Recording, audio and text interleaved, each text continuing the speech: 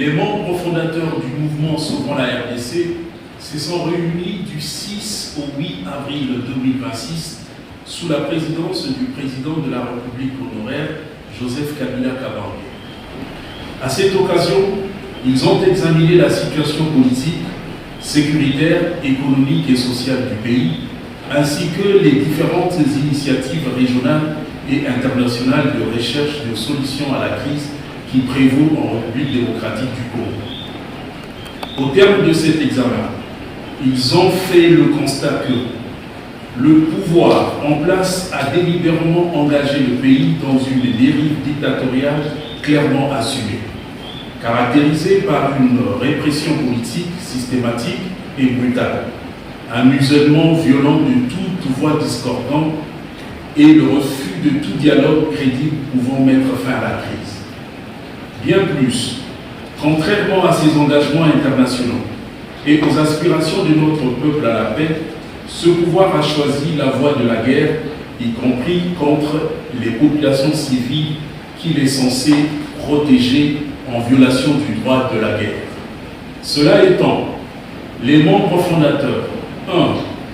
Dénoncent les atteintes graves et répétées aux libertés publiques et aux droits fondamentaux, les bombardements indiscriminés des zones fortement habitées en mettant gravement en danger les populations civiles à Minembwe, Massissi, Goma, le recours à des assassinats et tentatives d'assassinat des personnalités qui refusent de se plier à la dictature, l'abandon total aux ADF des populations d'Ituri et de la partie septentrionale de la province du Nord Kivu, livrés à des massacres d'une cruauté indescriptible.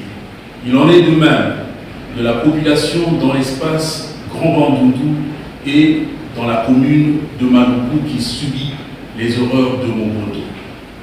Ces actes odieux contreviennent aux dispositions pertinentes de la Constitution et constituent des graves violations des règles et principes fondamentaux du droit international humanitaire ainsi que du droit de la guerre. 2. Expriment leur compassion et leur solidarité à l'endroit des hommes, des femmes, des jeunes et des vieux, victimes de cette barbarie d'État ainsi qu'à leurs familles. 3. Déplore la dégradation continue des conditions de vie sur l'ensemble du territoire national, marquée par une précarisation croissante des populations dont 64 millions d'entre elles vivent le seuil de pauvreté, la famine et la sécurité chronique, faisant de la RDC la tête de liste des pays en extrême pauvreté. 4. S'agissant des initiatives de recherche de la paix, tout en saluant les efforts déployés par les uns et par les autres, Washington, Doha, Union africaine, Luanda, Lomé, Nairobi, Senko et SEC, il note qu'à cause de la mauvaise foi du pouvoir en place, les perspectives d'une paix durable s'éloignent de plus en plus. Ce résultat décevant est dû à ce que ces initiatives ont jusque-là sciemment humilié ou gravement minimisé les causes profondes de la crise, à savoir le non-respect du pacte républicain de Sun City, de la Constitution et des lois de la République, l'illégitimité des institutions, les choix désastreux du régime en place, une gouvernance prédatrice et la consolidation d'un système dictatorial, l'instrumentalisation de la justice à des fins politiques, ainsi que l'exploitation du tribalisme et de la stigmatisation comme stratégie de division pour se maintenir au pouvoir. 5. Note avec préoccupation l'opacité qui, comme dans le cas du deal minier, entoure les autres accords qui ont été conclus entre le régime de Kinshasa et le gouvernement des États-Unis d'Amérique.